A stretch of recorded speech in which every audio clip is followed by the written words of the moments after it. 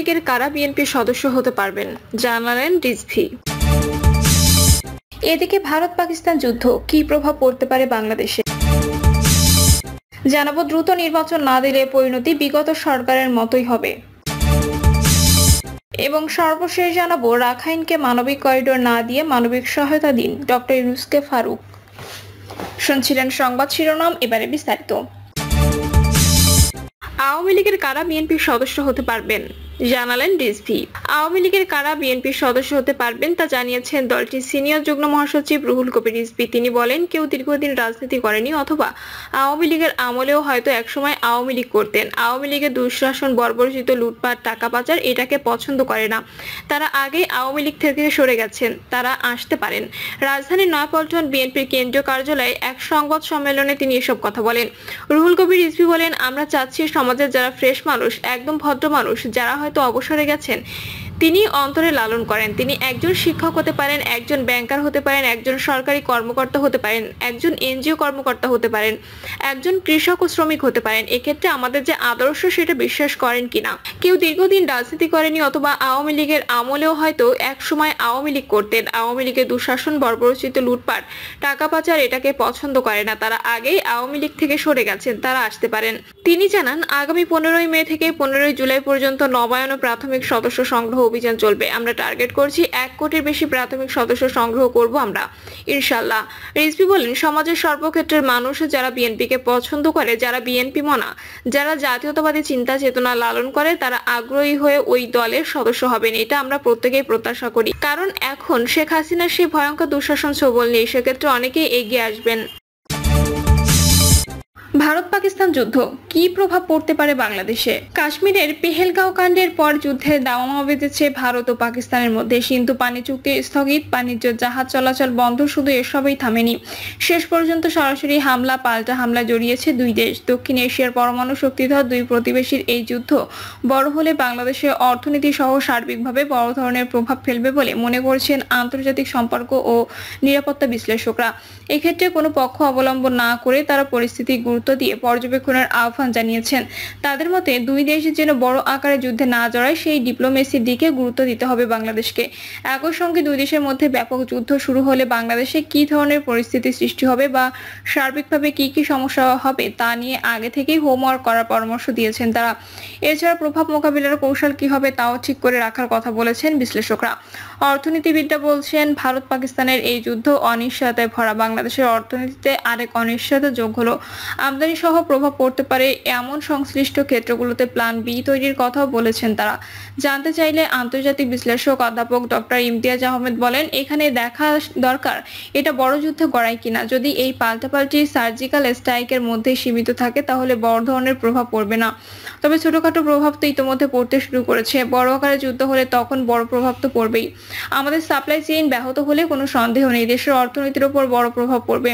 তবে আমাদের আশা থাকবে যে বড় আকারে যুদ্ধে তারা যেন না যায়। বাংলাদেশের করণীয় প্রসঙ্গে জানতে চাইলে তিনি বলেন, আসলে আমাদের তো সেই ধরনের কাঠামো গড়ে ওঠেনি। আমাদের সরকারগুলো হয় দিল্লিপন্থী নয়তো ইসলামপন্থী হয়ে যান, বাংলাদেশপন্থী হন না। সেটা হলে হয়তো আমরা আজকে দুটো দেশকেই ঢাকায় আমন্ত্রণ জানাতে পারতাম, কিন্তু আমরা সেই ধরনের কাঠামো তৈরি করতে পারিনি। এখানে বড় পেশাদারিত্ব দরকার, জ্ঞান গবেষণার বিষয় আছে যেগুলো সম্প্রতি দেখছি কাতার, সৌদি আরব, এমনকি টার্কিও বড় ধরনের নেগোসিয়েশন করার সক্ষমতা রাখে, সিঙ্গাপুরে রাখে, কিন্তু আমরা সেই পর্যায়ে এখনো যেতে পারিনি। যদিও আমাদের দেশের পক্ষ থেকে স্টেটমেন্ট দেওয়া হয়েছে দুই পক্ষই যেন যুদ্ধ থেকে বিরত থাকে, এর চেয়ে বেশি কিছু আমার মনে হয় না এই মুহূর্তে করতে পারবে।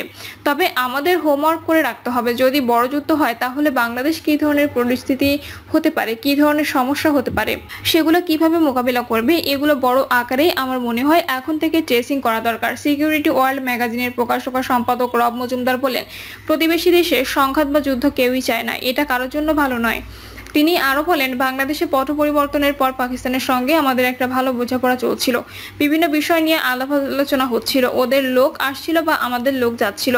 আমার মনে হয় এটাকে একটু স্থবিরতা এসেছে বা আসতে পারে। আমরা আমদানি বাণিজ্য শুরু করেছিলাম, সেটাও ক্ষতিগ্রস্ত হবে। আর পট পরিবর্তনের পরে দিল্লির তো একটা জটলা লেগেই আছে। রব মজুমদার বলেন, আমাদের একটা উদ্বিগ্নের মধ্যে থাকতে হচ্ছে। দুদেশের কাছেই তো পারমাণবিক অস্ত্র আছে। তিনি বলেন, আমি মনে করি বাংলাদেশের কোনো পক্ষই নেওয়া উচিত না। যদি সম্ভব হয় কিভাবে যুদ্ধ বন্ধ করা যায় সে বিষয়ে নেগোসিয়েশন করা যেতে পারে। দুই পক্ষেই শান্ত রাখার ডিপ্লোমেসিগুলো বাংলাদেশ করতে পারে। আমরা হয়তো তেমন নেগোসিয়েটর নই, কিন্তু এটা করার ক্ষেত্রে আমাদের অনেক পথ আছে। আমরা বিভিন্ন মাধ্যমে পরামর্শ দিতে পারি। সেটা নিয়ে আমাদের কাজ করতে হবে, কারণ পাশের বাড়িতে আগুন লাগলে আপনি তো ভালো থাকবেন না। এ বিষয়ে ভূরাজনীতি বিশ্লেষক ব্রিগেডিয়ার জেনারেল শামীম কামাল বলেন, এটা সর্বাত্মক যুদ্ধের দিকে যাওয়ার আশঙ্কা আমি আশা করি হবে না, কারণ ডোনাল্ড ট্রাম্প থেকে শুরু করে বিশ্ব নেতারা এটা নিয়ে বলেছেন। কিন্তু যদি এটা কোনোভাবে সর্বাত্মক যুদ্ধের দিকে টার্ন নেয় তাহলে এটা ভয়াবহ ঘটনা হতে পারে। তিনি বলেন, প্রতিবেশীর কোনো ধরনের ক্ষয়ক্ষতি হলে তার প্রভাব তো প্রতিবেশীর উপর পড়বেই। আপনার পাশের ঘরে যদি আগুন লাগে, আপনার বিল্ডিং বা ঘরেও আগুন লাগতে পারে বা এর উত্তাপ তো আপনার গায়েও লাগবে। এটা খুবই স্বাভাবিক। তিনি আরো বলেন, বাংলাদেশ অতীতে কোনোদিন কোনো পক্ষ নেয়নি। বাংলাদেশের জোট নিরপেক্ষ আন্দোলনের যে চেতনা সেটা ফলো করতে হবে। এখানে কোনো পক্ষ নেওয়া নির্বুদ্ধিত হবে। সাবেক রাষ্ট্রদূত মাহফুজুর রহমান বলেন, বাংলাদেশের কোনো পক্ষ নেওয়ার সুযোগ নেই। এখানে একটা বিষয় দেখতে হবে, আরেকটা প্রতিবেশী মিয়ানমারের সঙ্গেও কিন্তু আমাদের সম্পর্ক ভালো নয়। আমরাও কিন্তু শান্তিতে নেই। হয়তো ঢাকা শহরে বসে আমরা বিষয়টা অতটা উপলব্ধি করতে পারছি না। সীমান্তবর্তী এলাকায় যারা আছেন তারা কিন্তু বিষয়টা উপলব্ধি করছেন যে বাংলাদেশের জন্য একটা মহা সংকট আসতে যাচ্ছে। এমন পরিস্থিতিতে যখন অন্যদিকে টেনশন তৈরি হয় তখন আমাদের কোনো পক্ষ নেওয়ার সুযোগ নেই।